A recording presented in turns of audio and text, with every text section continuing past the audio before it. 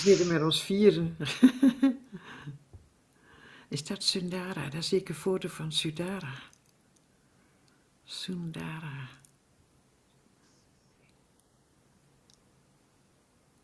Morning, Alan. How are you?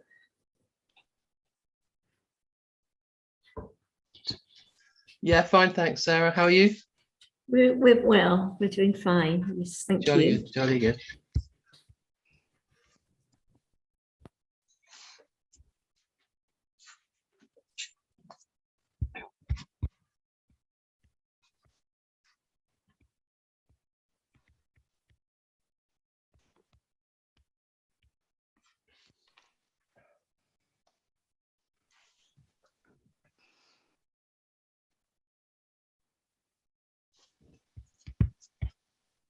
Carmen, je komt vanuit je nieuwe huis. Morning, Alberto.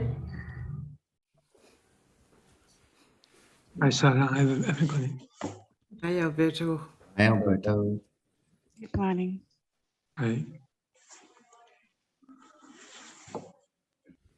Kunopadon. Safdika, Kunopadon.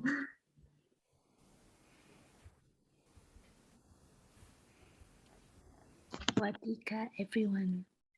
Swadika, Thamba, Kunopadon. Swadika.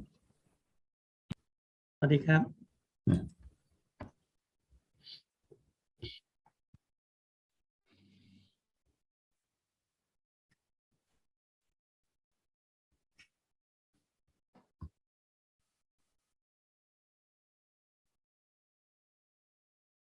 Jan is ready.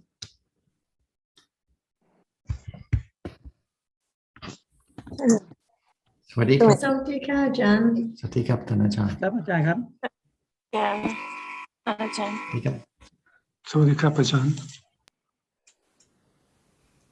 Share this back now, please. Do you have anything you would like to start with today, Nina?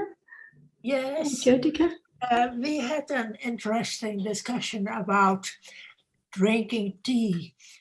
The example was you can split up a situation like drinking tea, like the hardness of the cup on the lips and the taste.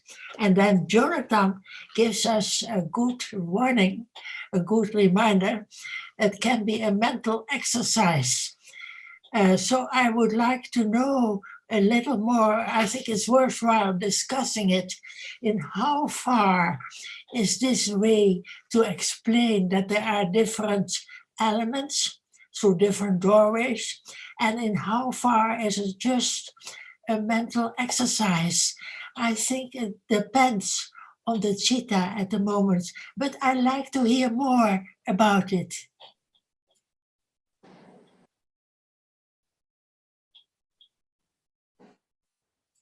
Just so to give Ajahn a bit of more background, I think what I said was it's not a point of analyzing situations into ultimate realities. Yes. But it's not a question of doing that, because that would be a kind of practice. I think some people get the idea that when they learn about realities, they like to translate the present situation or the present mental state into whatever realities it may be, whereas that is just a kind of thinking, but it's not the spontaneous awareness and understanding of some reality that is appearing, because awareness and understanding are conditioned by factors other than that kind of thinking. That kind of thinking is not the reflection on what has been heard at all.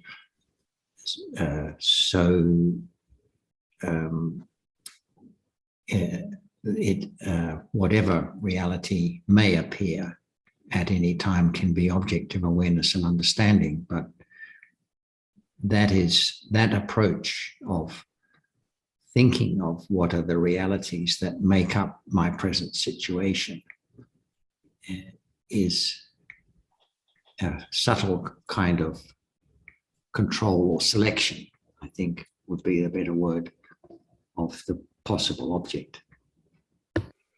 So before we know, we go wrong.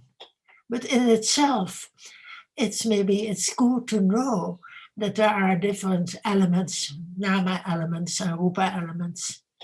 But it's a bit difficult, a bit subtle and deep. Yeah. Well, I think that you say before we know we go wrong, that may be so, but then once we know we've gone wrong, that's okay. That's knowing that there is that tendency to try to break things down into ultimate realities. So that would be maybe going wrong, of course, is wrong practice or wrong view. So that is the reality of those moments. It doesn't matter that there is that tendency so much. If it's known for what it is, then fine. But it's just another reality. Every moment is an opportunity for awareness and understanding in that sense, because it doesn't matter what the reality is. Going wrong is one kind of reality. Yes. And of course, wrong view, wrong practice is only eradicated by the Sotapanna. So there should not be the expectation that there won't be times of going wrong.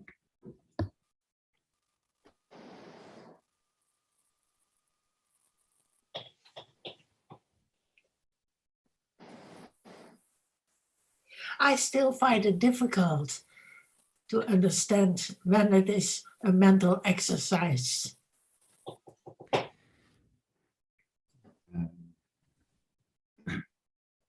Well, it can be difficult to know, so that's all right. Maybe at those moments it's not possible to know whether it's going wrong or whether it's just wholesome thinking. So there's no need to dwell on it. But I think as life goes on, one becomes more alert, more aware in the conventional sense of tendencies to wrong practice or wrong view.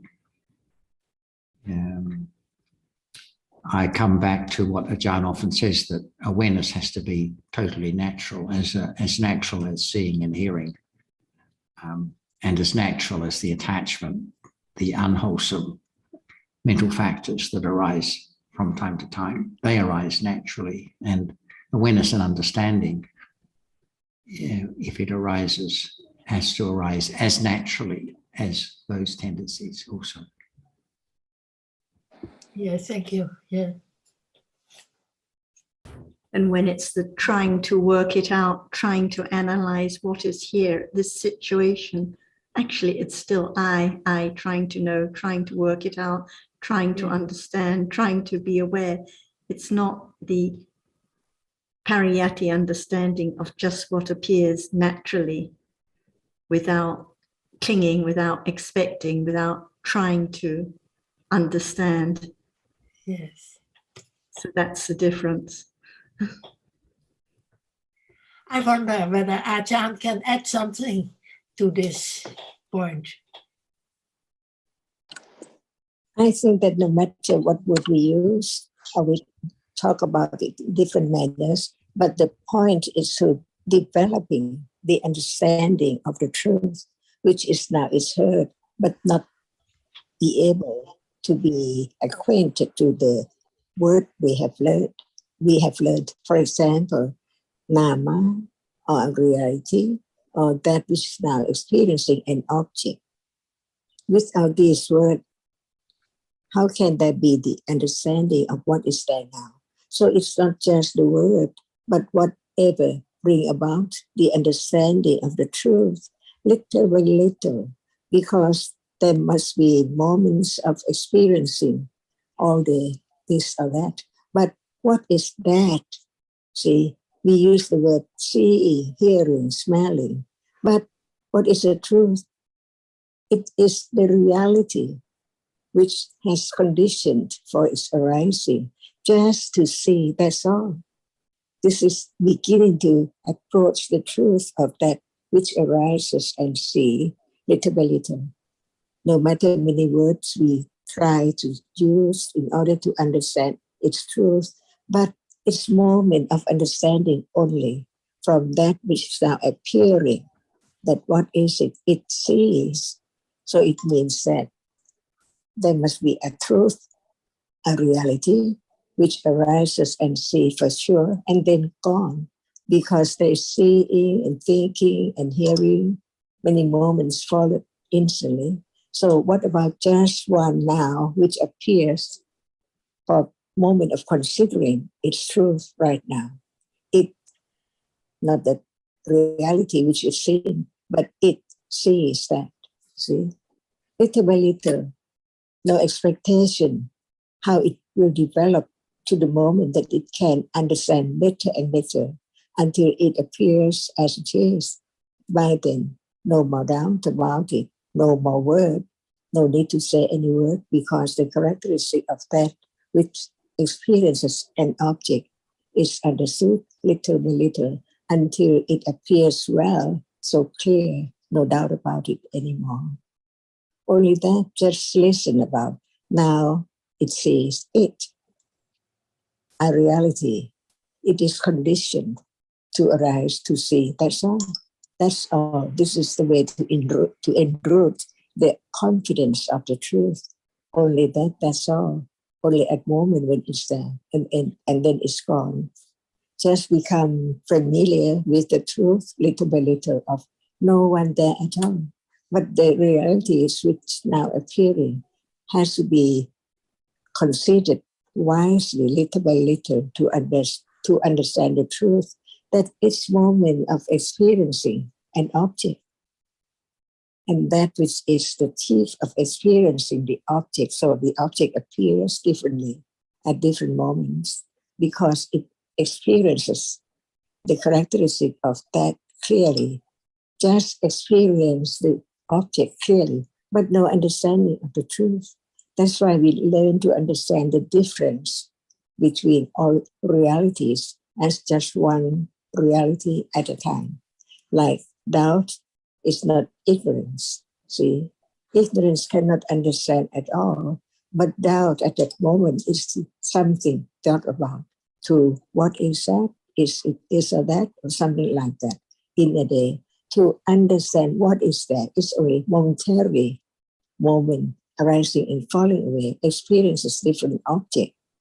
This is the moment to letting go the idea of self, the permanent self, and I and thing as permanent. But in truth, it's not as permanent as we think. That's why just learn to understand the truth. And this is the beginning, not more than that. The beginning is the beginning. Beginning what? Developing understanding very, very firmly or with strong confidence, little by little, about the truth. So the right understanding works its way.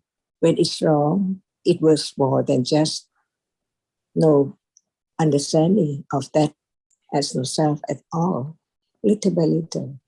That's why what appears in daily life after hearing the truth develops to be more kusala and more attention to the truth, to understand what is there, to be aware directly of the characteristic which we have learned as that which arises to experience an object anytime by conditions.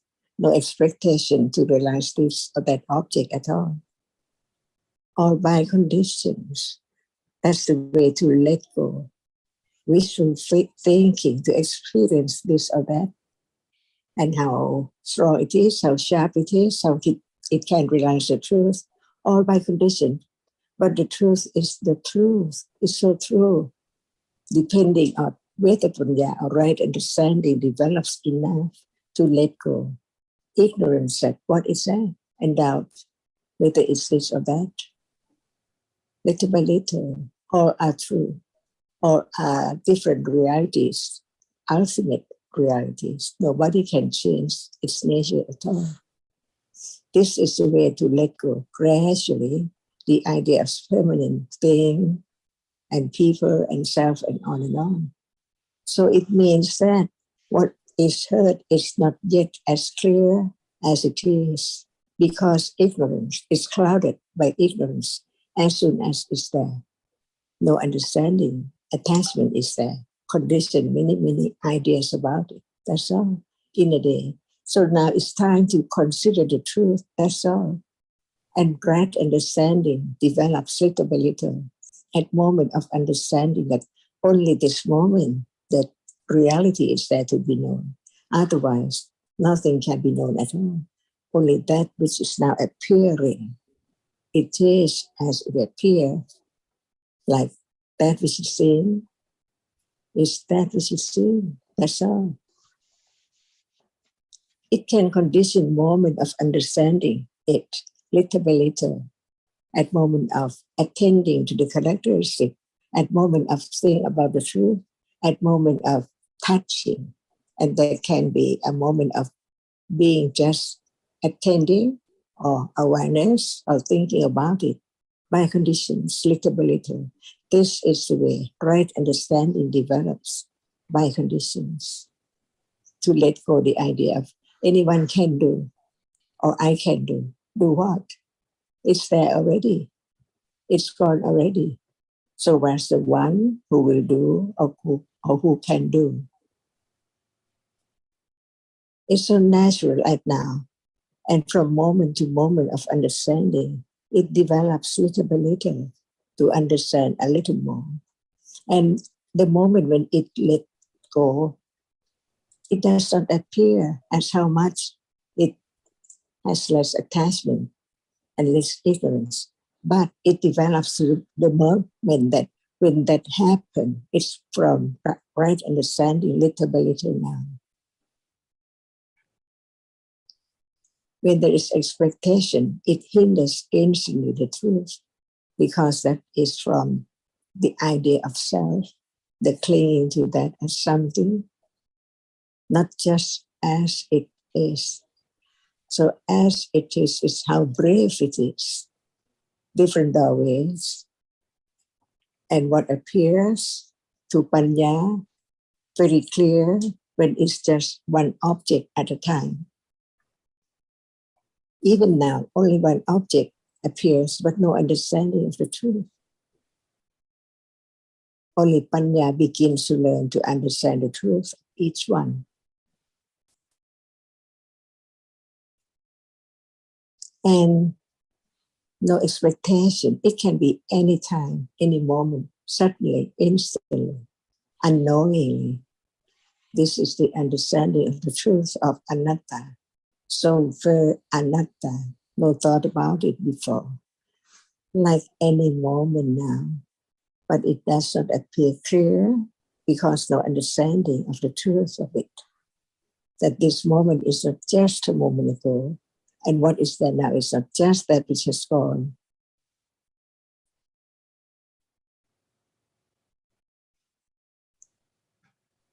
From moment to moment, how short, how brief it is to understand that until it develops to the moment. Unknowingly, when will it happen? To directly experience the truth without any doubt, like now, or ignorance, like now. Like now, because it does not appear as that which arises and falls with different reality. That can be known just only one at a time. So it's time to have more confidence of the truth, firmer and firmer and firmer. It's not just try to do something that is no understanding of the truth. And that cannot be right path to understand what is there as no thing and no one in himself at all.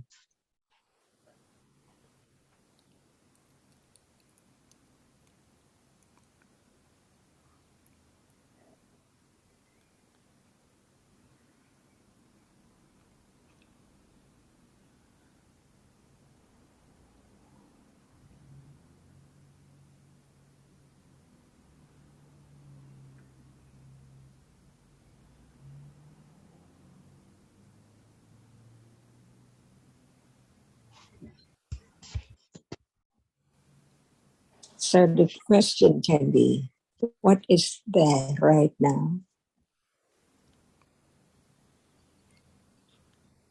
In order to remind it that even reality right now is not known.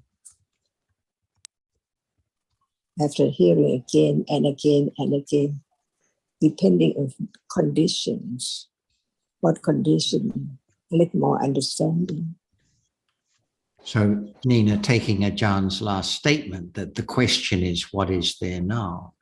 That doesn't mean that when we're drinking tea, the reality has to be something to do with drinking tea, because when drinking tea, there's still seeing and the hardness through, through the body sense or where one is sitting and hearing and so forth.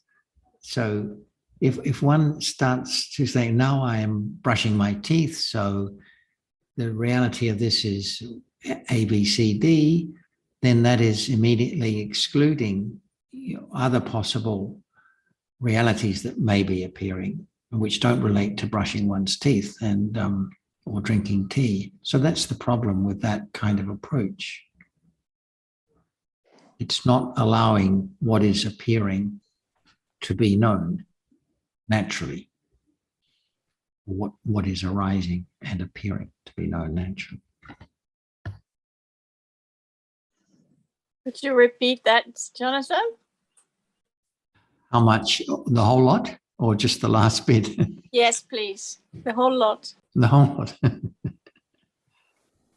Well, as Ajahn said, what is there now? We know that that's a rhetorical question. And it doesn't mean we start looking to see what is there now, but we understand from what we've learned so far that the way the world is being perceived by us is not the understanding, the awareness of the conditioned dhammas, because what we take for seen is, or the seen is actually thinking about what has been seen already, right? It's and what we take for the heard, what has been heard, is actually thinking about what has been heard, because if it weren't thinking, there wouldn't be understanding of the words being spoken. So we know there are realities, conditioned realities, as we call them, conditioned dhammas, but they don't appear. They only appear to awareness and understanding. But if there's any trying to see them, it's mistaken, because what we take to be those realities is just usually a kind of thinking. So if we wanted to understand the visible object by trying to penetrate or put what is currently being seen, by concentrating, for example, on what is currently being seen, it's just concentrating on the concept of what has been seen. So it can never reveal the underlying realities. And those realities only ever are revealed by awareness and understanding that arises by conditions. So that's why there's no connection between making any kind of effort and the arising of awareness and understanding. Any kind of effort in the conventional sense. I'm not talking about the mental factor. So when one is, for example, drinking tea or brushing teeth,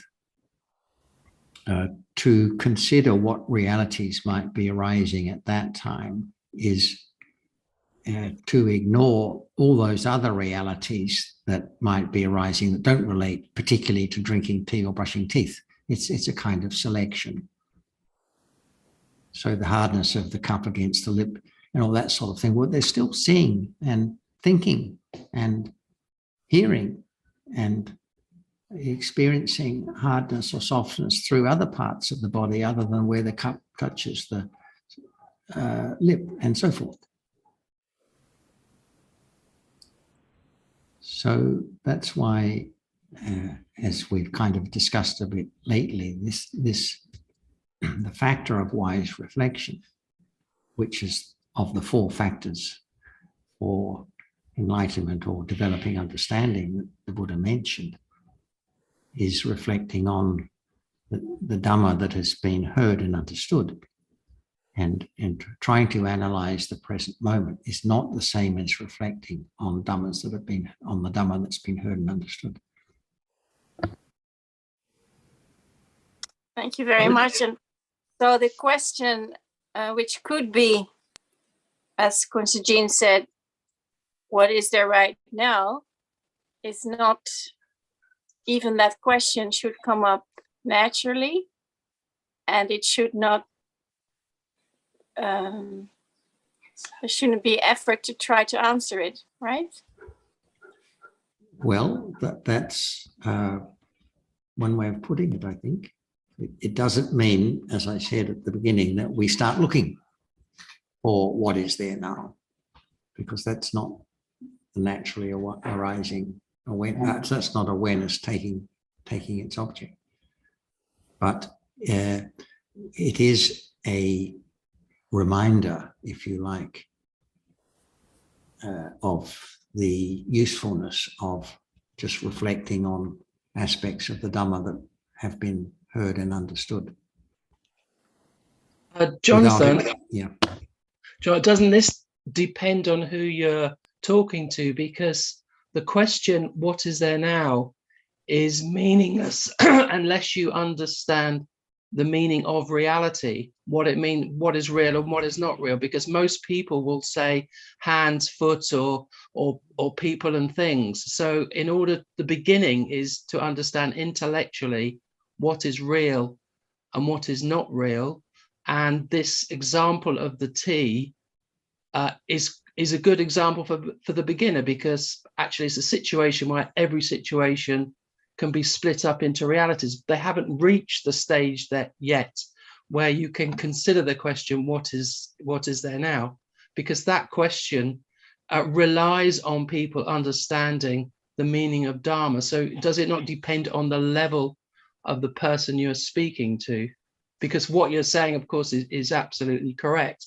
But actually, the beginner who hasn't come across Buddhism needs to understand that hand, foot, or ground, or tree, or flower is not now. They need to understand intellectually that difference. Yes, but we're not talking about how Dhamma should be explained to an individual, to a beginner. We're talking about, and when Ajahn asks us what is there now, she's speaking to people who do have an understanding of the difference between realities and concepts. If she was speaking to a different group, she may not ask that question like that. Yes, I understand that. But I mean, Nina Right. was talking, I think Nina was talking about her Dutch group who may not know that difference. I'm not sure. I mean, Chanti originally raised the question, didn't she? And Chanti probably does know the difference, but maybe the group that she is within doesn't know that difference. So she raised that example of the tea. I mean, I understand exactly what you're saying is absolutely correct, but for the beginner, I think it's okay to talk about what is not necessarily now, just splitting down that example of the tea to understand what is real and what is not real. Well, that's another topic altogether. I hope you don't mind me saying this, Alan, because Nina came in with a personal question of her own, and she said she had difficulty with drawing the line between trying and not trying. I'll put it that way. So that's the aspect we're discussing. Okay. And as regards speaking to people who've never come across the Dhamma before, well, that's another topic altogether. Okay. What I'm going to say that you're saying that people who didn't start the study, or they don't know that there's no things and all that. And even we know that all are Dhamma, because they're just ultimate reality, no hand, no person, no like that. But still, even we also cannot just say that we cannot detach yet the idea of self. Like we also still think that this is our hand and foot and leg, right? So it's about the understanding. It doesn't matter who. Yes, hello Harji. Haven't seen you for a while. Nice to see you again. Thanks for your comments. And I think that back to Nina's point and question, as Ajahn commented, when there is the trying to analyze or trying to find out what is there, as opposed to just understanding naturally, the unseen clinging and expectation and wishful thinking is there. And it is a kind of wrong practice. There is self behind it. And it's also the difference between, I'm sure we've discussed it here, the difference between right effort and wrong effort, because we know, I think we've discussed here how virya effort arises with almost every cheetah, except most of the rootless cheetahs.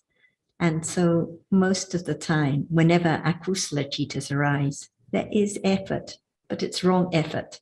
So when it's trying to catch the reality or see what is there at this moment, it seems like it's the right way, but actually it's wrong effort when it's guided by self, when there's expecting or wishfully thinking or trying to be aware.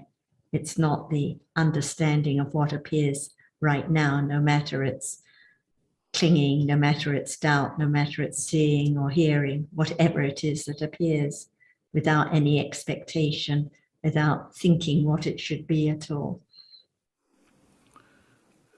So the fine line that Nina mentioned is actually, it comes down to the understanding now, even thinking about what is the fine line, or is this right or wrong effort, even that moment of thinking, there can be understanding here and now, or the doubt at that moment, there can be understanding, because it's just a Dhamma that arises and falls away.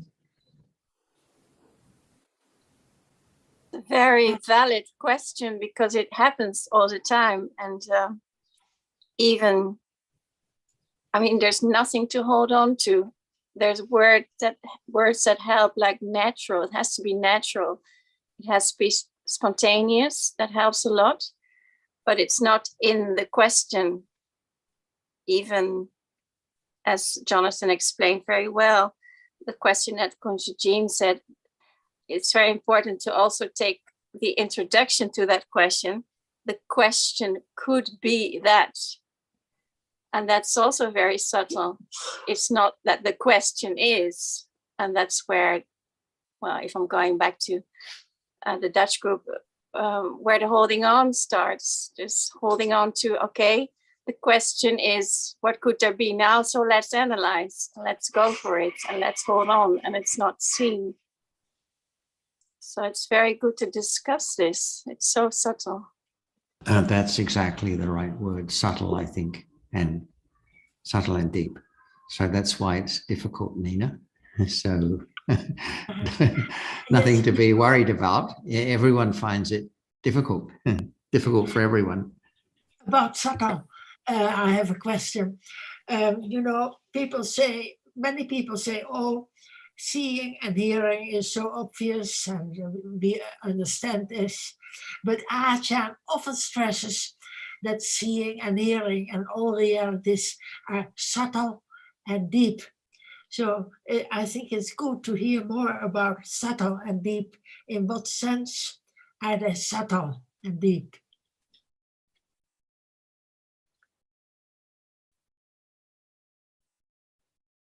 What about at moment of seeing, or any moment? What is there? See, what is there? It means that there is that which appears. When it's seen, there must be the object which is seen. But can anyone understand as just a reality? So just right at moment of hearing, what is there now? ignorance is there. Asava, avijja, not understanding the truth of it. When we talk about other things, it comes later, after such moment of what is there. Just what is there. Conditioned moment of no understanding of what is there. Or now, no one say anything at all. What is there? Ignorance. Who knows what is there? When there's no sound, no thinking, no talking about it. Even what is there is not known. In order to understand how much accumulation of ignorance from life to life, not to understand what is there directly, just heard about it, like in the dream, heard about the truth of what is there. But as long as one hasn't waked up yet, how can there be the experience of the object that we have heard in a dream about it? So when it's now appearing, no matter what, saying or with whatever, or at moment of no one say anything at all, what is there? It's not known. That's why when we learn about the truth, that what is there, so very brave, what is there, followed by ignorance all the time. And there must be the idea of self or something as aswa too. That's why who else? It's I who don't understand. It's I who see it. I all the time, no matter what appears.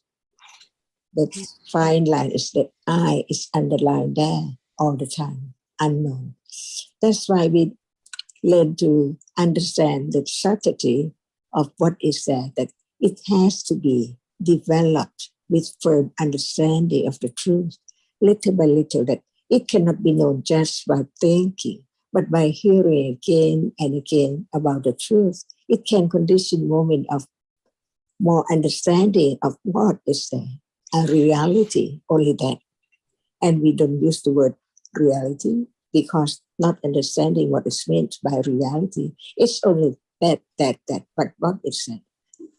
No understanding, even it's a reality.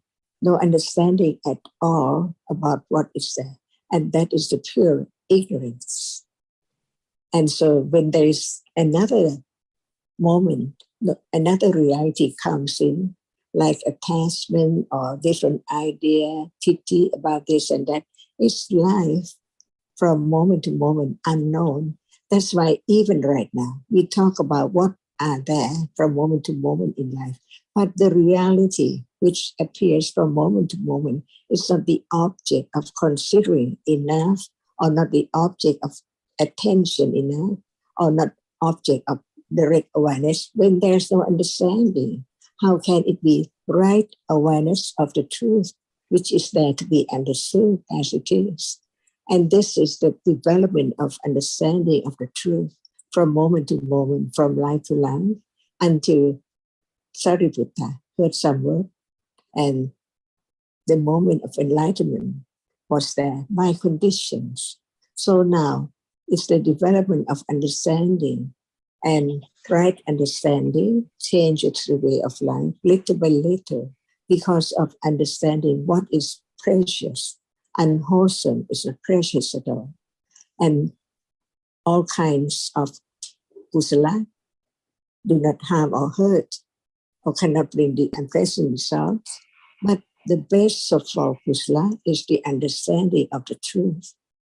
From hearing and considering, understanding that it's there already, how can there be the idea of I can do or I will do? Because of ignorance, not understanding that it's gone. When it has reason, it's gone instantly. That's why I listen again and again. And there can be the conditions for attention to what is there. At moment of thinking about it, little by little, when there's hearing some unpleasant words, unpleasant smell, what are there? Not just I understand that it's not me, but the reality is there to be known little by little about when it's there. No one there at all. It's only the smell and the experiences, the experiencing, which experience it does not appear all day. That's why the chitta, the chief of experiencing what is there now, is not known because it's so innermost. What is there is just the object and the other reality. Like or dislike, doubt, ignorance are there. But what about that which experiences an object from birth to death and on, non-stop by conditions? That's why to understand the characteristic of that as it is the hearing, considering, and it develops on hearing again, considering again, with firm tira, sanya of the truth that is there. And that's the way, is letting go the idea of self, no other way at all. So very subtle, because now it develops, not anyone at all, only different citta and cetasikas, condition arising, experiencing with different levels of understanding and then gone. And it develops secretly, unknowingly, all the time. Right now, what is there? It doesn't matter because it's moment of reminding of the truth that something is there that can be known until it can be realized as so true as it's not there anymore. No one, no thing. Have more confidence of the truth, not to go wrong from life to life because it's so easy to go wrong. So Ajahn, may I ask with an example from myself at the moment? Please. Because there is the feeling of a heart beating. When I ask what is there, is a heart beating, there's fear to speak. There's the thinking in between. What you take for heart beating? Like I feel the heartbeat. I feel the heartbeat. A If you feeling of don't heartbeat. Heart, is there something or that you take it for heart beating? The movement in the body. There must be a rupa, right? Yeah. It cannot experience, but it's of our heart. I use the word heart, but so when it moves at that moment, is it there, that which moves? Jyotika, I think you misheard Ajahn. She said it must be soft or hard. Oh, it must be soft of heart, the heart beating. The beating. So what is the beating again? At the moment it's less than it was just before. Because when you talk about that which moves, there must be a reality, right? Yes, but the moving itself, is that a reality? Yeah. If it's not there, how can there is the idea of it moves? So there must be a reality, and that moves.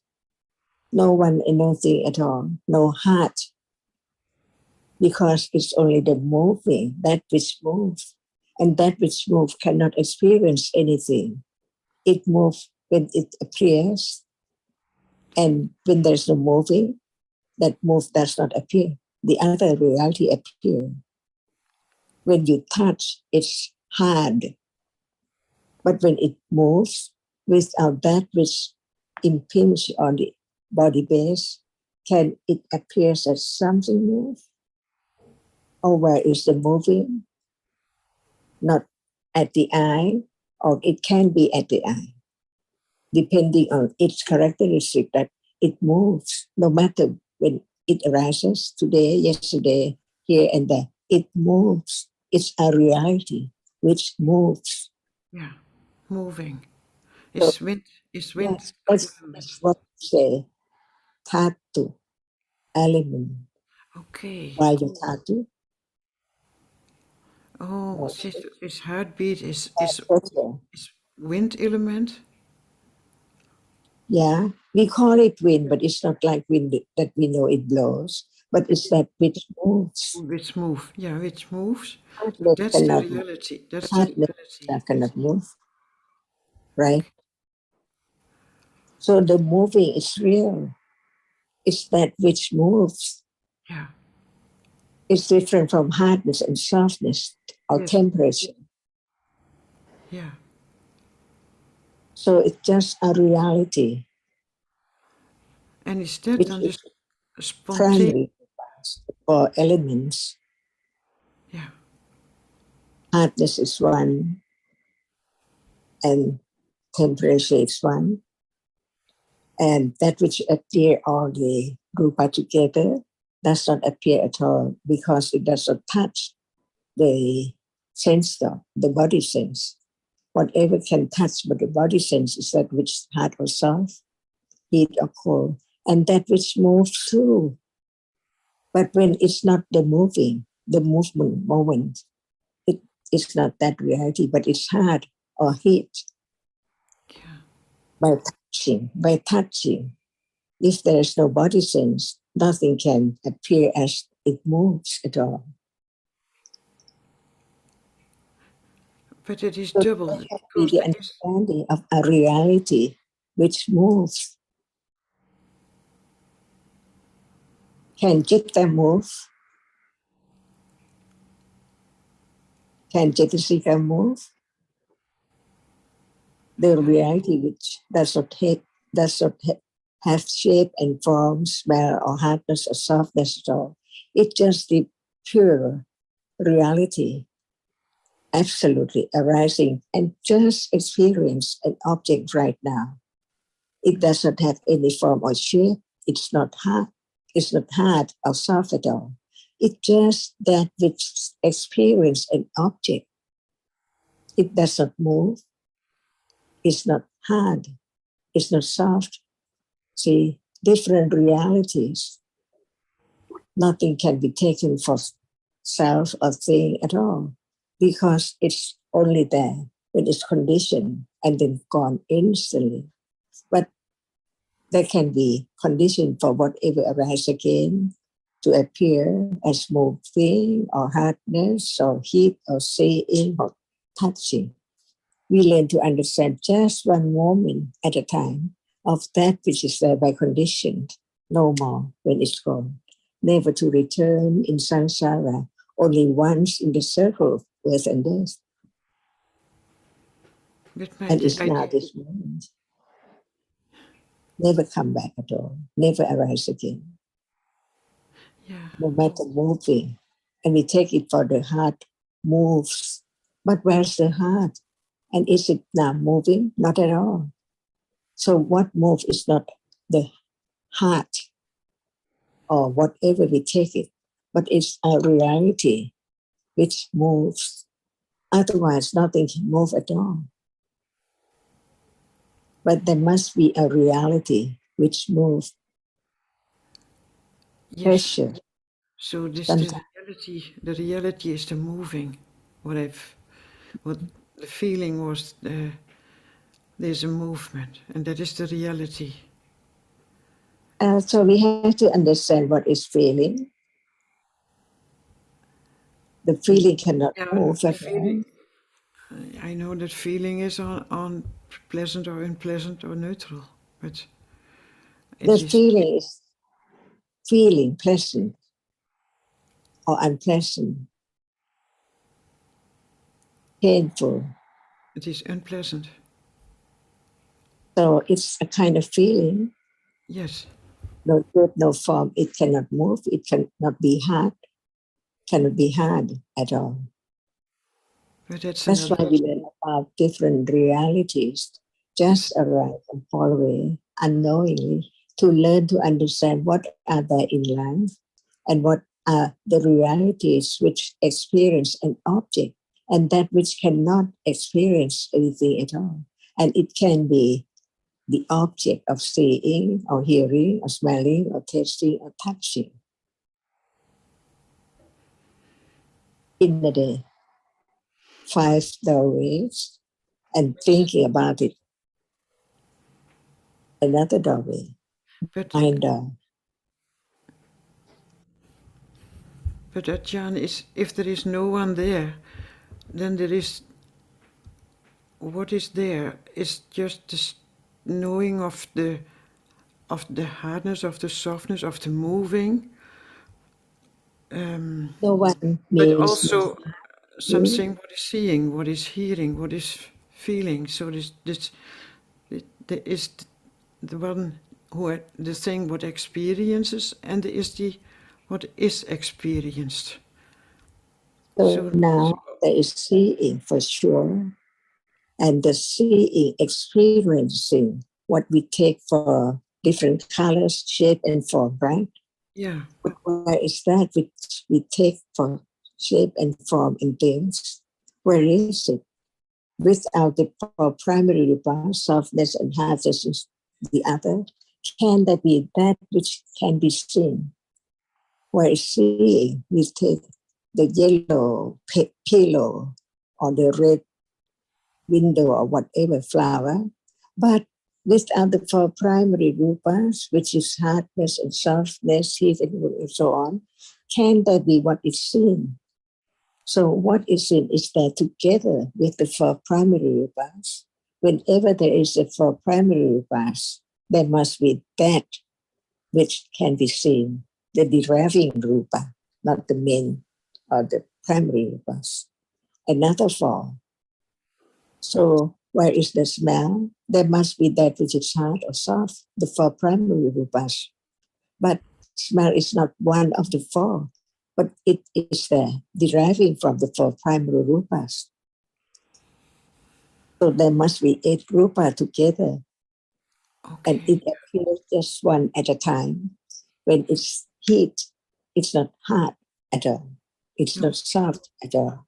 When it's cool. So there must be different realities by conditions arising and falling away so very rapidly, unknowingly all the time. Even right now, there's hardness. It's not there anymore. But no understanding, no attending, no considering the truth that it's not there. It's there only when it appears, when there's touching only. And in truth, it arises and falls away in split second, even while it's touched. There's so many moments, different moments of hardness arising and falling away. That can be directly experienced by right understanding, which has developed from understanding what is there roughly, and then more, a little more, to understand what is there as different from other objects, because it is not that which is seen or that which is heard. It's not sound because it's hard. But without hardness, can there be sound? Yeah. Impossible. Without While one hard. is playing music, piano, or whatever, there must be hardness to condition sound too. Oh yeah. When that's different realities in life from moment of birth to death, on and on by different conditions. Nothing is permanent at all. And I learned about Sati, that Sati is the one who is seeing everything. Okay. This No, we are is not speaking about Sati. It's about the seeing, the Chitta seeing, I think. not the word, but seeing now. It sees. Is it sati? Yeah, I think so. It could be, but it is seeing. Seeing cannot be sati. It arises just to see and follow it instantly. It cannot be aware of anything because it's conditioned to see. That's all. Okay, Its function is directly experience the object clearly, which means see. At moment of hearing different sound, just one sound at a time. So it experiences that sound clearly to know the truth that it's not the other sound, it's different from other sound. So then Softer or lower and so on. That is a function of one reality which experiences the sound. But hearing is not sati, seeing is not sati. No, And but what is sati doing? Is sati not there? It's just the pointing at the moment. without understanding what sati is, can there be the understanding whether there is sati or no sati there? It has to be the understanding of sati, so there can be the word of understanding. Sati is not there with seeing. No, but it cannot be. It cannot work without seeing, is it? No. Without understanding what is sati, can there be sati? No, I don't think That's so. why we have to understand what sati is. It's not citta, right? It's the pointer. So it is cetasika. We use the term cetasika because everyone understands what cetasika is. So Yeah. sati is cetasika, mental factor, right? Yeah. But And if how many different cetasikas are there? how many? Yes, altogether 53? 52 53? cetasika. Right, and when we talk about 53, it includes citta because citta can experience the object. So when we talk about the nama, must be citta and cetasika. So 50 cetasikas and 1 citta are namas. But no cetasika can perform the function of citta at all. And citta cannot perform the function of cetasika at all. Okay. Each has its own characteristic, its own condition, and its own function.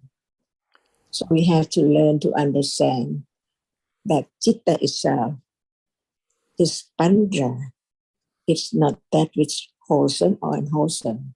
But when it arises with unwholesome cetasika, it is different by the cetasika which arises with it. So it is moha mula citta, different from lopa mula citta, different from dosa mula citta, but citta itself is not cetasika. No, I know. Why we learn that why there are so different moments of citta, but no matter what are there, citta is citta, and cetasikas are cetasika. And each cetasika has its own characteristic and its own function. It cannot be changed to be such and such. Ignorance cannot be changed to understanding or right understanding of panya at all. That's why we learn about the ultimate truth, the absolute truth of what is there as just conditioned to arise to be there and then gone. Nobody can do anything because it's gone already so rapidly before anyone can do anything, because in truth, there is no one. There are only citta and cetasika. Seeing is not I. It's the citta which accompanies by 7 cetasikas as the result of deeds that has been done before, no matter in what line. But it can condition that which arises to see. It's a result of a karma, because there can be wholesome karma or unwholesome karma. So we talk about different realities, even karma, it has to be understood clearly. What is it? It's not citta, it is cetasika, but what cetasika can be karma, the word we use. It has its own characteristic. Right now, they are there, unknown, until Buddha taught about each moment of seeing, hearing, thinking, liking, disliking. No one there at all to let go the idea of self. Otherwise, where is self? Where is I? At moment of seeing, it's gone. Before it's there, it hasn't arisen yet. So where's the I? Or someone or something permanent? Impossible. So now it's just like the breaking word. What we take for a word must be there, a reason. Otherwise, how can that be the word if nothing arises at all? That's why we learn to let go the idea of I or thing, not just I, but whatever taken for something. In truth, it is just a reality. Since they arise together, So it forms up, shape and form to be remembered, to be known as what is there. Different thing, different people. Even right now, what is seen, a doll is not a human being, and so on. But what is the truth of that which is seen? Only that which is there with the four primary rupas. The four primary rupas cannot impinge on the eye base at all. Only that reality which is not sound, which is not smell, but it's that which appears now. Only one reality that can be seen, impinged on the eye base. If it doesn't impinge on the eye base at the back, no seeing what is there at the back at all. Only that which has impinged on the eye base can be directly experienced. Just how tiny it is, imagine, because whatever is there so big can break it down to just very tiny that can be seen. And even when it's seen, there must be the 8 rupa together, including that which is seen. And this is a truth that can be studied to understand what is there in life. The understanding itself, letting go, little by little, the wrong understanding, taking what is there as permanent thing or something, while in truth, what is conditioned to arise, arising and then gone, because conditions condition the arising, and as soon as it has arisen, it's gone instantly. Nobody can stop right now. Thank you. So we can understand what is moving. It's real because it moves, but what is it? A reality which cannot experience anything. And it's one of the 4 primary rupas. Without the 4 primary rupas, the other rupa cannot arise at all. Okay. So true. So is there anything what is not a reality? Everything is a reality. So we are talking about reality, right? We don't talk about that which is not real. No.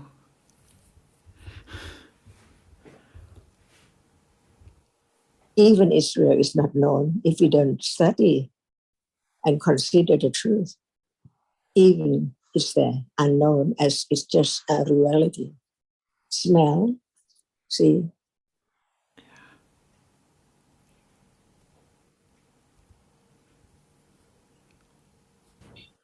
Is smell a reality? It is always a reality, seems. That's why moving is also a reality. Sometimes, but I learned that there are 4 ultimate realities like Rupa, Chitta, Chittasika, and Nibbana. Yes. So, but these 3 things, it is everything. What do you mean by everything? If you find something, it can be placed under the one or the other, or yeah. Can so Chitta be Chittasika?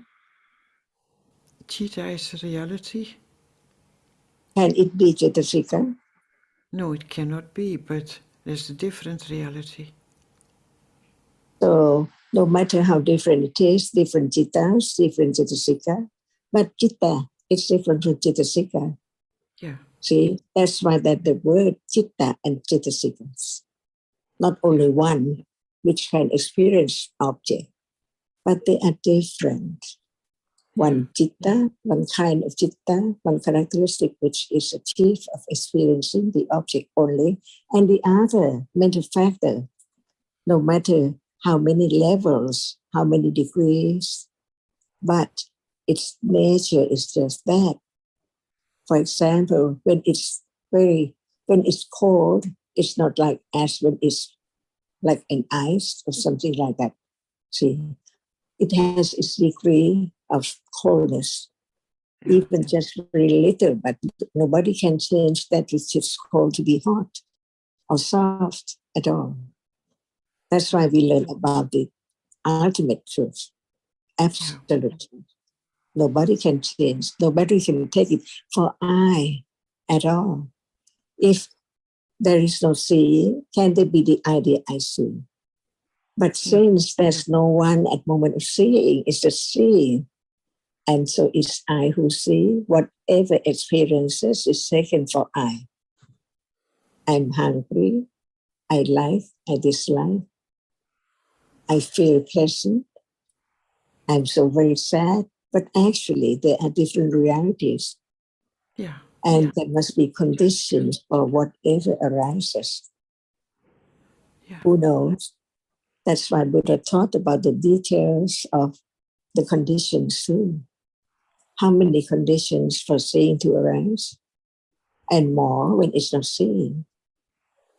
Because they have different characteristics and different function. Yeah. So the absolute truth, the ultimate truth is no one, no thing, only different realities which arises and falls away in split seconds. And what can be known is only the nimitta, shape and form about what that reality arises to be. For example, many moments of seeing right now. So the chitta before seeing is not known. The chitta after seeing is not known. Even they experience the same object, but different function. So what is known is only that which is seeing. But before seeing, there must be chitta, which is not known. And after seeing, there must be chitta, which is not seen, is not known.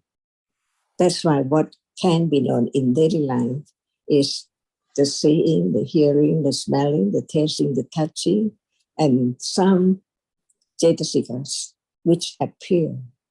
Whatever can be known, can be studied, must be that which is now appearing only, because it's there as it is. Different characteristic, different function too. Because what we say for seeing, it's not the hearing. Different experiences, different object, different moment, different conditions. So where am I? Or can it be someone or something? Not at all. Only just so very brief, arising and falling away, never to return. If this is true or not true. Is this true or not true? It's true. We consider, and the understanding is not you. It's that which comes from hearing, considering carefully, wisely to understand what's true and not true. And it's gone. But it's developing little by little, accumulated in each chitta.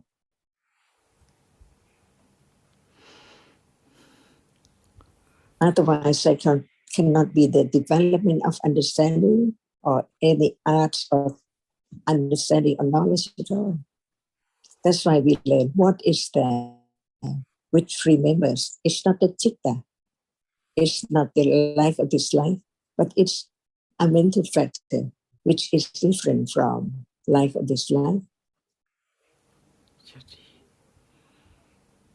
So we learn to understand what life is without a moment of that which arises. That cannot be life at all.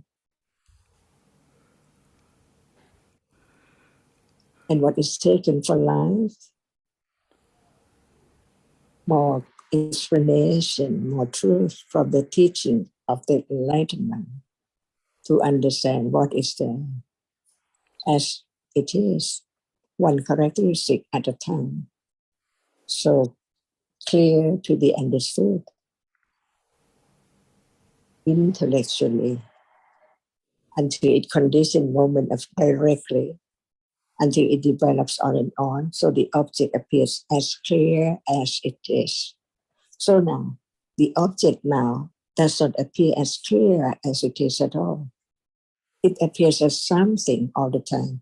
The world of things and people, the sun and the moon, the mountain and everything. But in truth, Only one reality can appear to one citta, and citta cannot arise together because of cetasika, which arises, condition it to experience just one object at a time, or by conditions.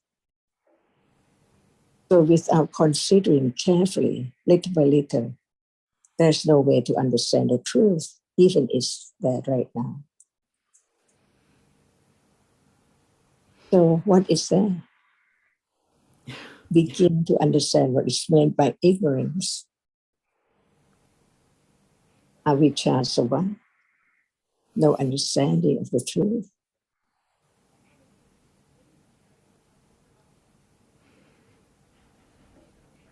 So there can be the difference, the understanding of the difference between understanding and ignorance. No doubt about ignorance at moment of not understanding the truth, but it's not known as no one and no thing. It's only that characteristic which cannot understand the truth of whatever is there. Yeah.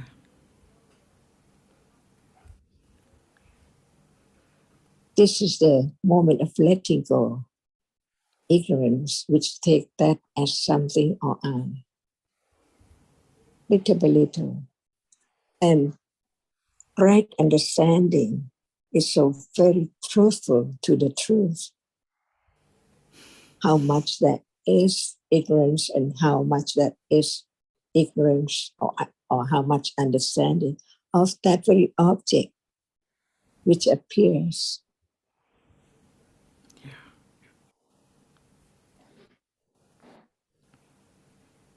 And that's why the big moment, the valuable, the most precious in life, the moment of understanding what is there, little by little.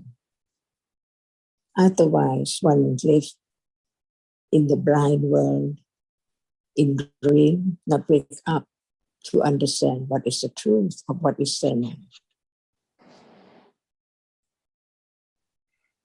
Ajahn, when you say never to return, I have conditions to have fear.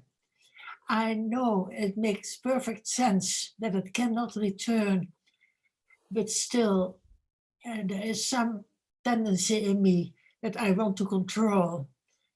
I find it difficult. Because you see that what is the best in life, to be able to hear the word of truth, to understand what is there, no, not as before, no understanding of the truth of what is there at all. So at moment of understanding, seeing the value, the precious of understanding, when it's there, strong enough, it conditions pleasantness or joy, pity, instead of fear. If there is a fear of death, what about this moment? It's gone. It's temporary death. Because when we use the term death, it means no more arising again as what we take for thing and people or I. So the absolute truth, why cling to that which is gone, never to return, never to arise again. So the truth, the understanding of the truth, when it develops, it conditions pity to be able to understand the truth of life. As one is so blind before in samsara, not understanding what is there at all. Just be afraid of that which is not there anymore to be afraid of. So in truth, what is the being afraid of death? What does it mean? What is death? See, if it's now fear of what kind of death?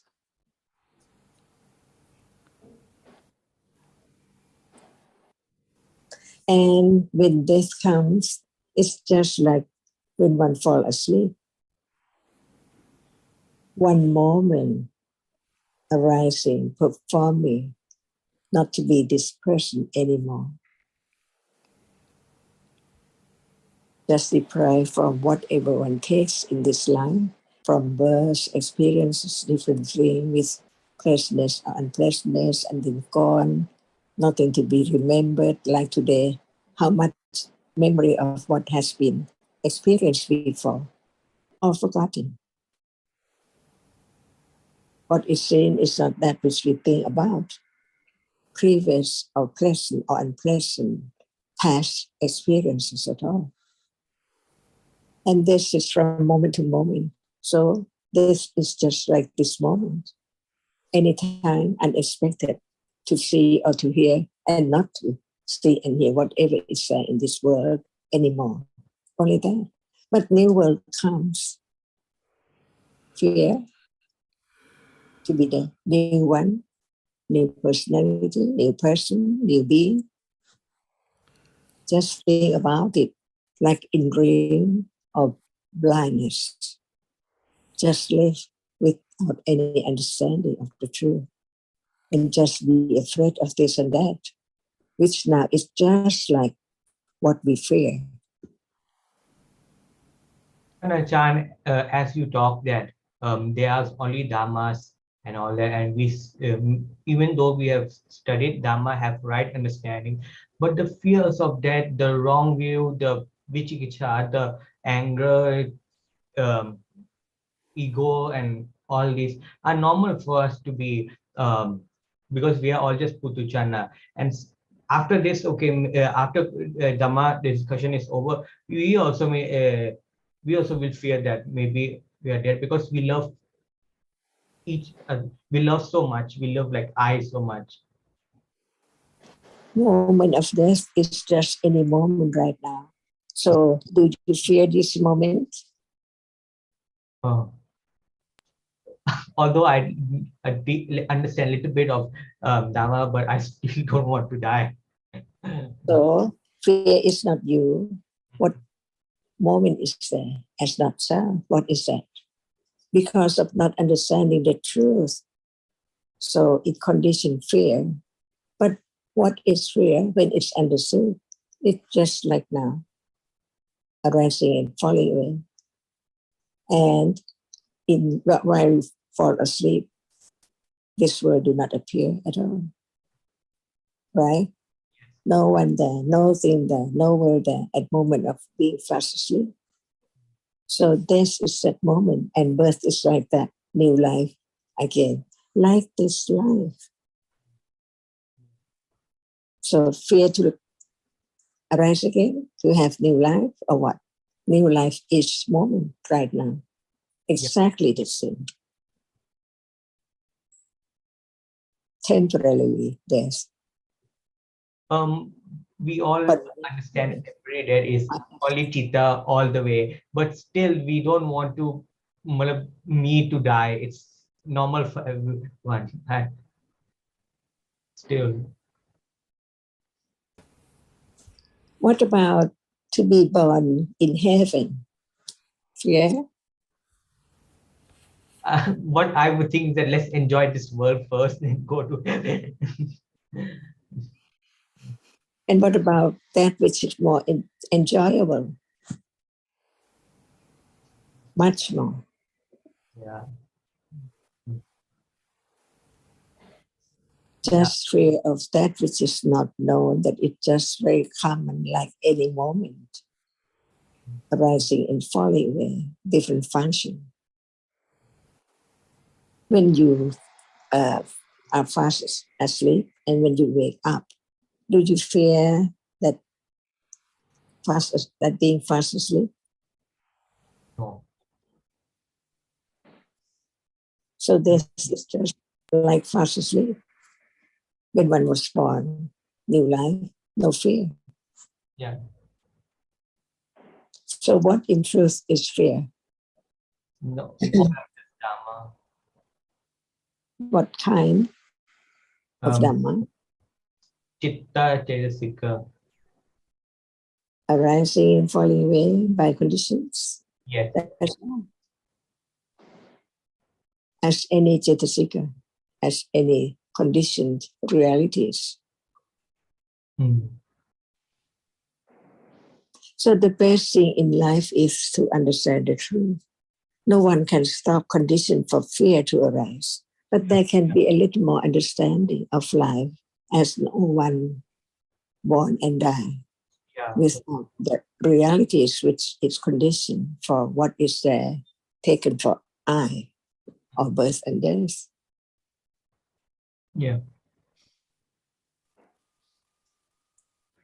So this is the way to have less fear because of understanding the truth that no one at all, different moments by different conditions.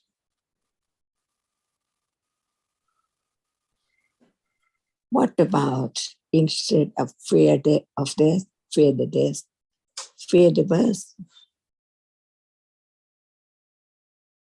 No one think like that. Yeah. To be born again, not known at all whether what next life is, what would happen until the death of the new life.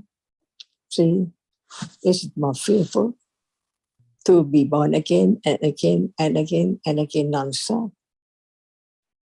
And what is there?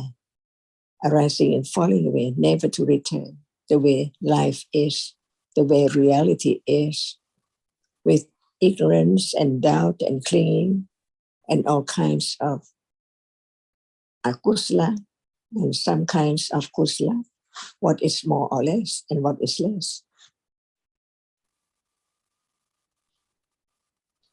Yeah. Fear of unwholesomeness, but not fear of it at all, just fear of death.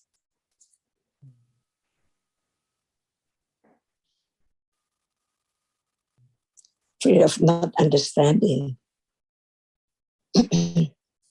not fear of understanding, but fear of ignorance. Yes. But it's not like that. People do not fear ignorance. They just want and crave more and more. But fear death, because no understanding of what is birth and what is death and what is this moment, what is the conditions to condition moment to moment until death. No one at all.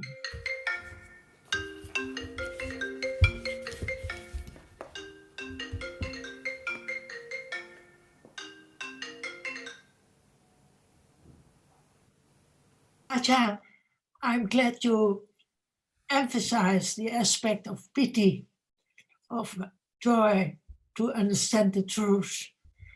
But so long as the understanding is so weak, it's really difficult, of course. That's natural that we have fear. It's conditioned by clinging so Of much.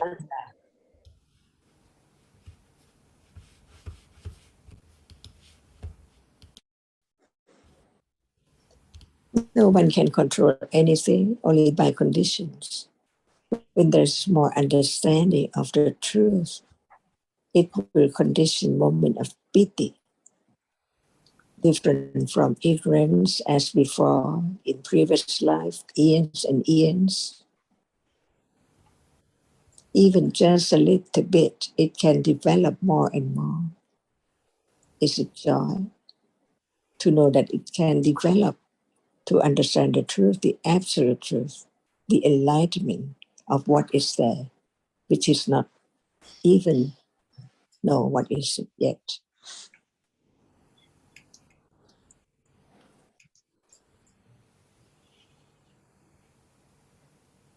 The joy at moment of understanding the truth.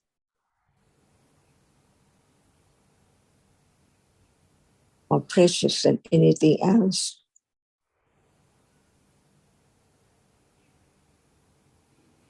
It can understand what is there, no matter what, as it is. When it's developed enough,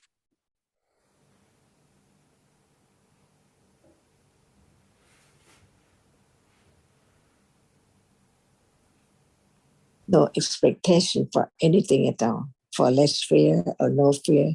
But when there is what is now appearing, understanding little by little of the truth, And that is the only way to have less ignorance and all kinds of unwholesomeness.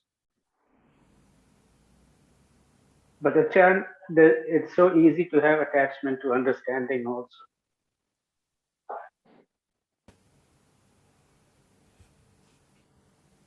I cannot hear well at all. What I'm saying, Ajahn, can you hear me now? Not clearly. What I said was that it's so easy to be attached to having understanding also. When there's understanding and then there's the idea of self who has understanding, that can also arise so easily. And only Panya can understand the truth of it. That is just by conditions. So it's this way.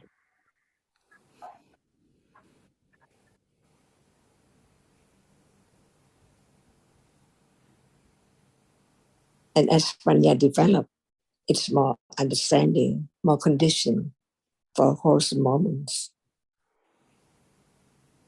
By conditions only.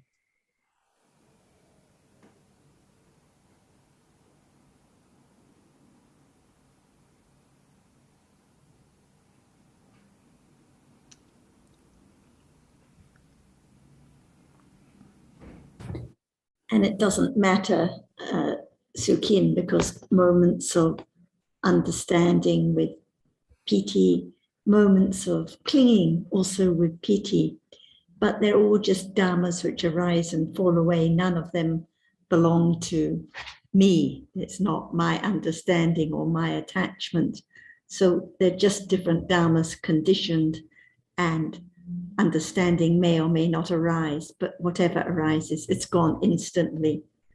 So no point in being concerned that there is attachment or clinging or expectation, because it's bound to be like that.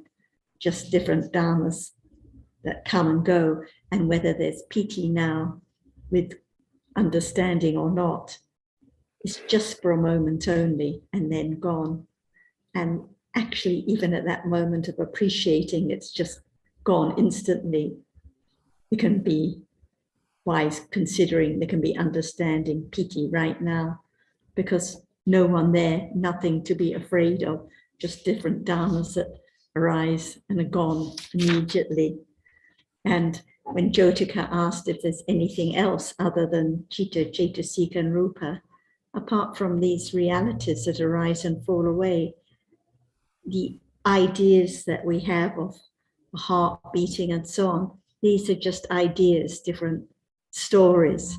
So in truth, only the different realities and rise and fall away, like the moment of experiencing movement.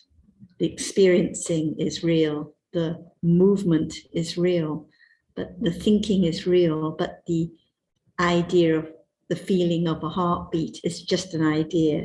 So we learn more and more about the absolute realities. And this is the way we understand that what we take for being real, such as the beating heart, are just ideas that are thought about or imagined. So slowly, slowly, through more wise considering and understanding, the truth becomes a little bit firmer, a little bit clearer. And this is a way that there can be the understanding that there is no one there, no thing there at all, just these different dhammas arising and falling away. So the experiencing through the body sense is real. The pleasant or unpleasant feeling is real.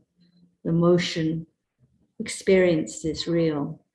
But the idea of my heart beating is just what is imagined. Yeah. Dankjewel. So in other words, what Sarah is saying, Jyotika, is that everyone here, whether they've heard the Dhamma or not, they have an idea of having a heart, and the heart is beating, or I'm breathing, I'm walking, I'm doing this, I'm doing that. The difference is that after hearing the Dhamma, what everything that we used to take for real, we come to see that it's not. However, after hearing the Dhamma and you could say one way to understand Dhamma is to understand that all these things that we used to take for real is based on, because there are realities that it's the realities that have been taken for real, like seeing is a reality, but we take it for self who sees, or visible object is a reality, and we take it for something that's seen. So the difference is that before the Dhamma, we think that there's me who sees people and things, but after hearing Dhamma, we can understand that it's actually not me who sees, it's just seeing that experiences, not a tree, a table, but just different colors, visible object. Same with hearing. It's not I who hears, it's just hearing a reality, a nama, a chitta that experiences sound, not a bell, not someone's voice. And before we used to think that voice is real, the sound of a bell is real, or the photo is real. But now we understand that these are just ideas. They are not reality. They are just concepts.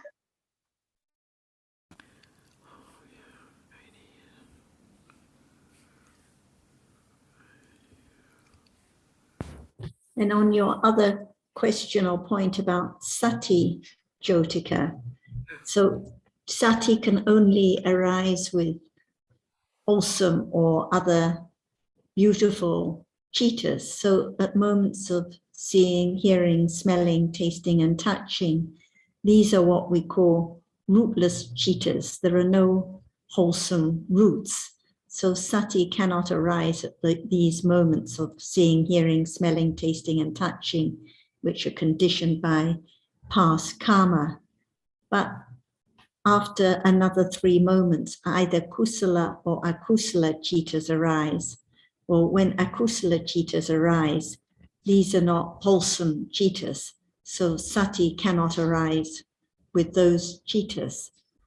But when wholesome chittas arise, either in the sense door process or in subsequent mind door processes, sati has to arise whenever the chitta is wholesome.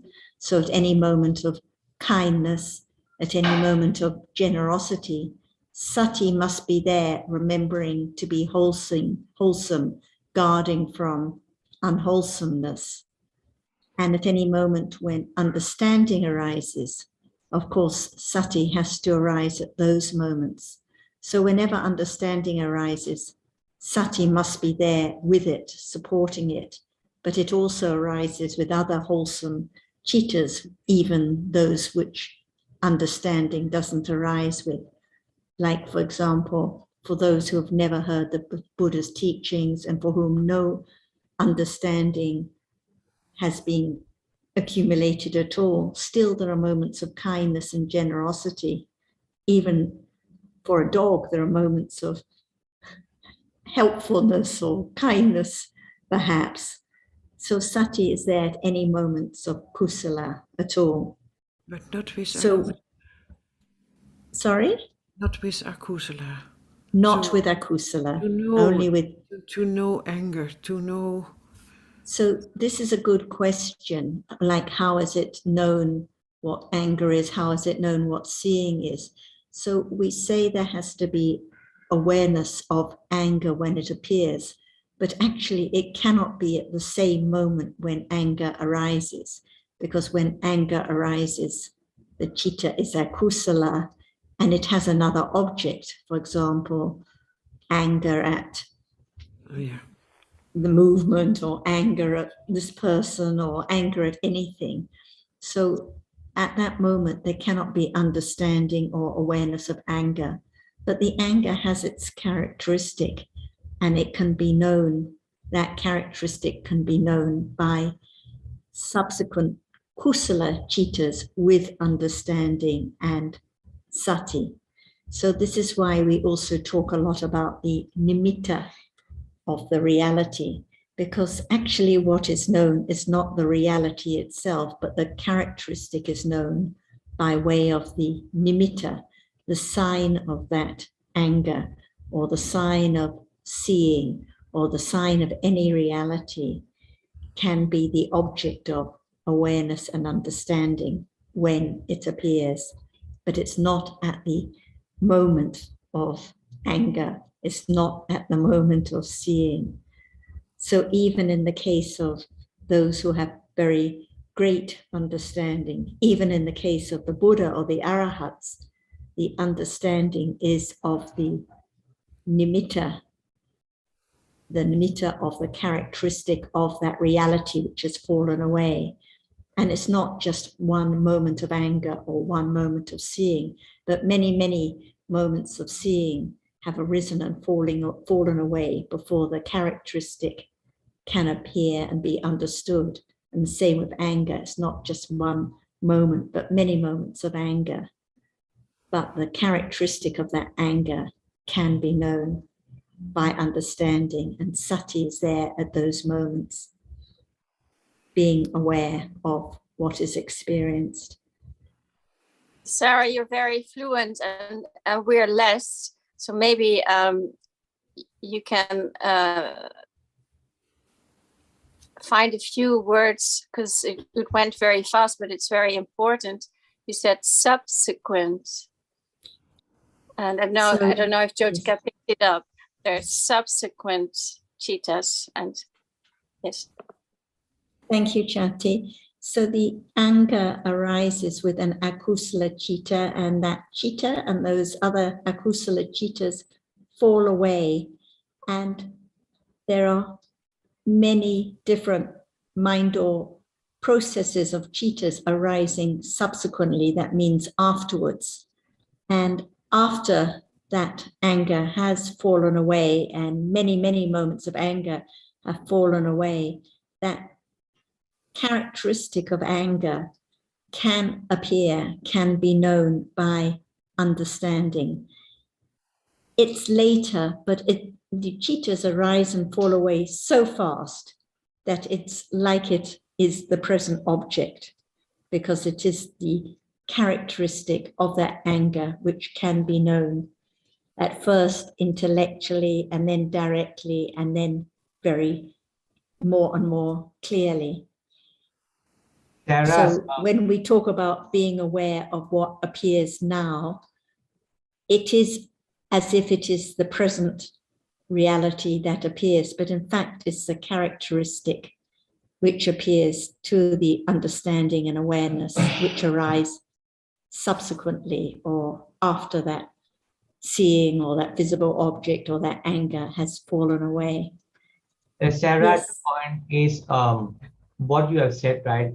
Like seeing appear because they're seeing, but the other three, like Sampatichana, Santina, and Votapana, they cannot be, they don't appear, right? Because and then we can only understand them through intellectual understanding, but Satipatthana cannot, because this doesn't have the characteristic. It's not appear. So it all depends on the accumulations and the panya. Like, of course, the panya that is accumulating now is never going to be the panya of the Buddha, which could understand whatever arose so very, very clearly and precisely. And it doesn't matter, because the aim is not to understand every Dhamma, but to understand what appears now by conditions. Even for other Aryan disciples, could they understand each Sampatichana or the object of Bhavangacittas? No, because they did not have the Buddha's omniscient wisdom. So we learn about these different details in order to detach from the idea of I or someone or something that is experienced, to understand that life just consists, as Jyotika said, different chittas arising, falling away, accompanied by different cetasikas and different rupas, those realities that don't experience anything, arising and falling away. And that is life. This is life. And when there is clinging to the idea of someone or something, there's bound to be fear, fear of I speaking, fear of losing the self, fear of losing those who are dear. But as Ajahn said, the more understanding that there is just this moment, just life right now, this moment of seeing, this moment of hearing, there is the letting go of all that baggage. So nothing to fear at all, because no one there to lose, because there is no one. But the understanding has to develop little by little, as we're always reminded. Sarah, may I come back to this anger? Yes, Jyotika. And anger and sati, because I live with the idea that I see quicker than before. I see, but that there is seeing quicker than before when I am, wat is dat, geërgerd. Wat is erger? Geërgerd. When Irritated. Yeah, irritation. For example, that I see it very quick, and then I thought that it is Sati who is saying irritation, irritation. I think this is a bit like the trap that Jonathan mentioned at the beginning, like when there seems to be the observing and the catching the irritation or the anger, or so easily it can be the idea of I'm seeing the irritation, or I'm being aware of it, or I'm observing it. But is it taken for my irritation, or is it just a Dhamma that arises and falls away? And usually everyone would like to know about the irritation or the anger because it's unpleasant. But what about the attachment at this moment? The attachment when one would like to be aware of the irritation. So that no matter it's attachment or irritation or understanding or kindness, they're all just dhammas which arise and fall away. None of them belong to you or me or anyone. So the irritation, which as we know is conditioned by the attachment, is just a dhamma. And it's gone instantly. But sati has nothing to do with it. So it depends on conditions whether sati arises. Without understanding, who can know? How can it be known? I have something I'd like to say, please. Sati is not one of the 7 universal Cetasikas. Nee. Those would be under a different category. Sati is one of the beautiful ones, but in the universal Cetasikas, for example, you have our password, virya, you have jivitindriya, the mental life faculty, you have attention, manasikara. Let's see, you have volition, chetana, you have perception, sanna, you have feeling, vedana, which is what you alluded to about the heart beating, but that's the concept of the sensation, the vedana of the kaya, the physical body. There's one pointedness, egakata. So, and then there's contact, phasa. I don't know if I missed one, Sarah, maybe you can help me out. Not virya. I think you mentioned virya is not one that arises with every chitta, but I think yes, it isn't. That's a different one. Virya is one of the occasional, sorry about that. But volition, yes, the chetana, the sanya, the vedana, the egakata, the jivitindriya, the manasikara, and the phasa, the touching. And without, those arise universally with the chitta. But the sati is one of the wholesome ones, and that's occasional. And then the other thing about even from mild irritation or annoyance. For example, I could be listening and there's a loud noise or a jackhammer or construction, and there's a feeling of, I missed what this person is saying, it's important. That's just degrees of dosa, which is also one of the roots. It's an unwholesome roots, moha, dosa, and lobha. So I don't know if anything there clarified or made anything anything worthwhile. But in the survey of Paramattha Dhammas, the chapters on process of citta, written by Tanajan and translated by Nina, are really, truly wonderful chapters that I love to read and reread. Thank you very much.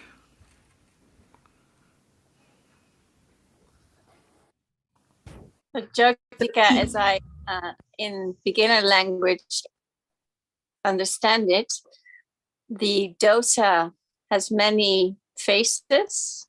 It has anger or irritation, but it's still dosa. I think even fear. But at that moment, although it's very fast, sati cannot be there. Not at that moment. Not at that moment. And if there's any kind of disturbance about the irritation or noting that there is irritation with unpleasant feeling, actually that's more dosa. So that's why without understanding now, impossible. So there will be a lot of thinking, usually. So there's no sati, probably. I'm not sure, actually, there could be. Sarah can explain there. But at moments of a kusala citta, which can arise, with sobhana cittas, there will be sati, but they will follow each other, never exactly at the same time. And we probably think a lot more than there is sati. So there's much more akusala than kusala. So unless the citta is with kindness or generosity or understanding now, then most of the time it's akusala. So thinking about the irritation, thinking about the dosa, usually it's with akusala and with more clinging, more dosa, more ignorance. So moments of kusala are far fewer, but without understanding, it's impossible to know. Sati, sorry. Could there be sati together with thinking? Yes, like now when there's wise reflecting about dhammas or thinking about with kind thoughts about someone. So at those moments, it can be kusala. But without understanding, how can it be known? And the main point is, I was just going to say, the main point is whether it's kusala or akusala, they're just dhammas which are not self. So rather than again trying to analyze or work out what it is, what about just what appears right now at the moment of thinking, the moment of doubt, seeing, hearing.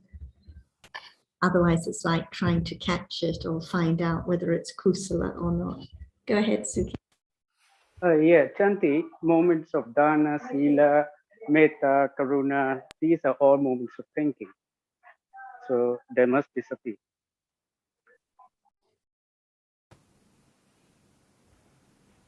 That's new to me. They're all moments of thinking? Yeah, I mean, there are concepts of beings at that moment. So concepts are objects of thinking.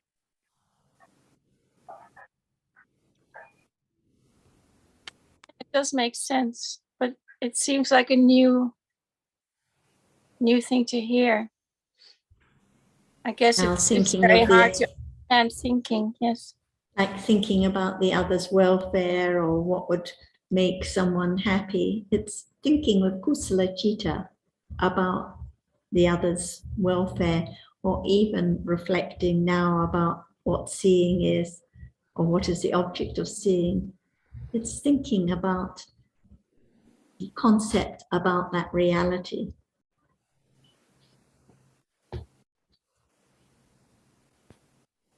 Thank you, Sakina. It sheds a new light. Is it a bit like at moments of tasting, there is taste, and at moments of smelling, there's smell. At moments of thinking, there could be well, like you say, metta or other. Yeah, I mean, usually after tasting, there's liking, and that liking is thinking. Or hating, there's hating is thinking. It's good to hear again. Yes, of course, yes. Yeah. Yes. Thank you. So an easy way to think about it perhaps might be that all those kusala jittas or akusala jittas that arise in the sense door and mind door process, unless they have a reality as the object, which is only occasional, it will be a concept as object. So we could say they're all thinking. So subtle, because it's very easy to, especially when you meditate and get instructions, to discard thinking as that's bad. That's always akusala. Yeah. But thinking is a chitta. Yes. And the thoughts are something else. Right. And how it is thought, oh gosh, yes. And the Buddha never said that thinking was to be somehow discarded or done away with. That's a common misconception of his teaching, I'm afraid. Actually, Chanti, if you think about it, would you not see that without thinking, there's no life? There's no life, there's no hearing the words, because words are always concepts. There wouldn't be kusala or akusala kamma, because those are instances of thinking. There wouldn't be being born to experience vipaka, because to experience vipaka, it's the result of kusala and akusala.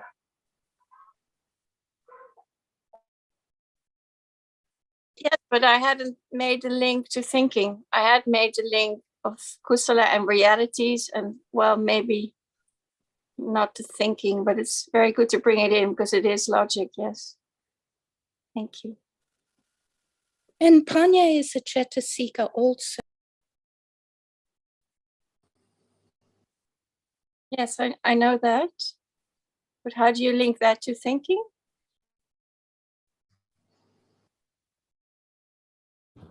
Eve, we can't hear you. I think your mic got turned off. I'm switching it on now. I'm referring to the cetasikas, the mental factors, without which there can't be the fullness of experience. So let's see, as far as Jivitindriya, the mental life faculty, that's a cetasika.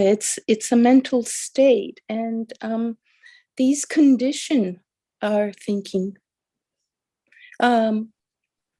And wise reflection. Yes, I mean, just to echo what Jonathan said, is that even, I mean, a concept can be last appearing before birth into a higher plane of existence. Eve, I thought what you were pointing at was that wisdom, samadhi, it cannot arise without some sankappa, samma sankappa. So it means that there cannot be wisdom without thinking. Oh, I was saying more panya. Yeah, that's samadhi. Yes, as a, yes, as a cetasika mental factor. But go on about the samadhi. That's in, I mean, the wise, yes, of course, because wrongness starts with wrong view and there has to be right view. And with right view comes the other 4 or 5 or 7 mental factors. And one of which is sankappa, or what's the usual word for it? The Vitaka. Vitaka, yeah. Yes. But that's not thinking, Sukin. Is it? That's just the name of the mental factor. So when we talk about thinking, we're talking about concept as object of citta, rather than a specific mental factor. All right, okay. In that context, yeah, you're right. When we're talking about thinking is a citta also, isn't it? It's a reality. Citta thinks. Concepts aren't, though. Concepts are just ideas. Yes, I know, but talking about the realities that are thinking. Citta which has concept as object, we can call that thinking. Yes, and Vitakka is important in the directing towards the right or wrong thinking, or anyway, I know it's important.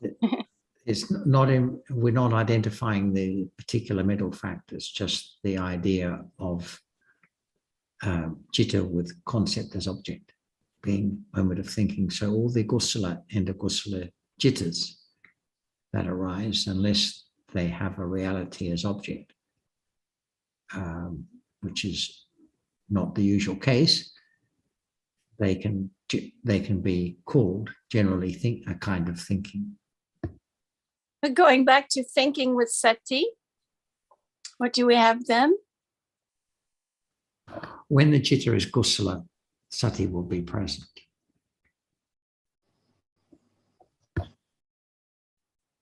So what about Janti when the Buddha thought about who he was going to teach during the day and thought about different people with great metta? What was the object at those moments? Concepts, but realizing. Yes, concepts. Yes. So this is thinking with metta, thinking with understanding about people or beings, thinking about concepts. So impossible to not think about concepts, even no matter how great the understanding is. I guess I got caught thinking about the many different cittas in a process, and that there are some jhana cittas and some have the functions to think, but they're not the ones that have the sati. But it does happen in the same citta moment. So and I think the different points being considered. So first of all, yes, the cittas can either think about realities or can experience realities or think about concepts, even with kusala cittas and sati. And another point is Vitakka Cetasika, which is a key Cetasika with regard to thinking or experiencing or touching the object, which has to arise with every kusala and akusala citta, which arises with almost every citta other than seeing, hearing, smelling, tasting, and touching. So Vitakka plays a very important role, and when it's the right thinking of the Eightfold Path, it's the Samma Sankappa that Sukhin was mentioning. So that's another aspect. And sometimes it's translated as thinking, but that can be a bit misleading too. And sati arises, as discussed, with all sobhana cittas. So Vitakka can arise always arises with akusala cittas, but sati can only arise with sobhana cittas, never with akusala cittas. So it's helpful to learn a little about when different cittas arise. And Chanti, just now, Sarah reminded us about understanding, thinking about realities. So she is referring to pariyati understanding. So pariyati, as we know, is right understanding. It is kusala, it is sati, and it is thinking. Yes, I understand. And I was coming from Jyotika's question, how sati and when can it recognize dosa or irritation, as she called it. Yeah, it's very easy to get confused again by the thinking. Yes. Got a couple of minutes left. I don't know if Ajahn would like to say any last words before we finish. I see there can be a little more understanding when we talk just about one reality at a time in order to understand only that clearer and clearer.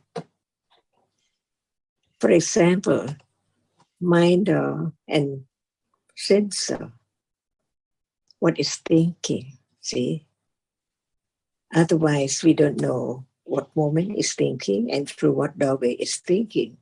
That's why we learn about each word and each doorway at a time in order to understand the truth of it. Just one reality, for example, sati. Why it is sati? Why it's not vitaka and why it's not other reality? That's why we learn to understand that sati is moment when citta is kusala.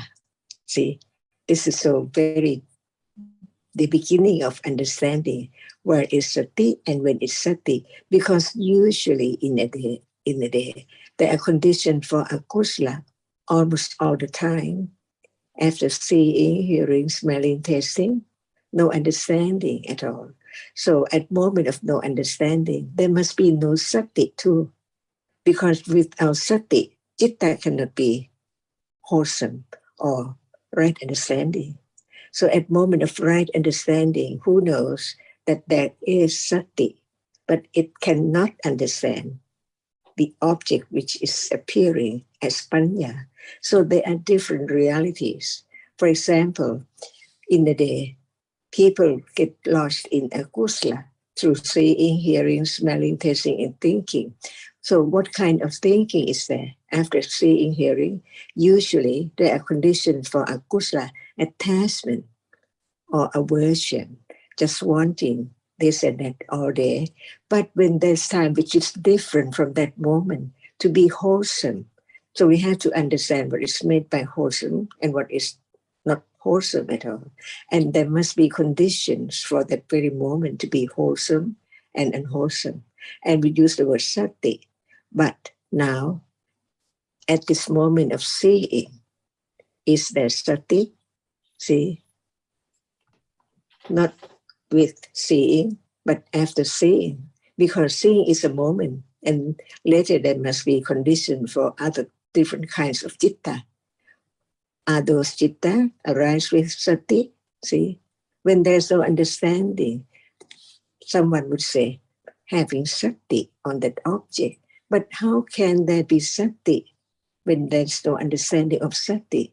That's why we talk about different realities to be known as not self. Sati is not vitaka, it's not saddha, it's not the other wholesome reality. So what is it? It's the moment of not forgetting about the wholesome moment at that very moment. When we have many things to give to the others, but there's no moment of giving. And at moment of giving, what are there different from moment of not giving? And so many different moments that can be known, whether there is sati at that moment or there's no sati at that moment, and whether there is panya, right understanding, or no understanding. And how can there be the understanding of the characteristic of the reality, which is sati, not just take it as it's there because citta is kusala and so on. So each reality, each word, can there be more understanding when we talk about the vara, the ways of experience to understand what we meant by thinking, so what we meant by sati, whether the citta after seeing can be sati or it cannot be sati. So very subtle until there's a little more understanding of reality as not self, because there are conditions for whatever arising now, so much different from other moment by conditions. So I think that now the time is up, so we can talk about one reality next time. And if anyone would like to understand sati, we can talk about sati more. Sawadee. Sawadee ka, Ajahn. Hope we can continue next time. Bye-bye, everyone. Okay, bye.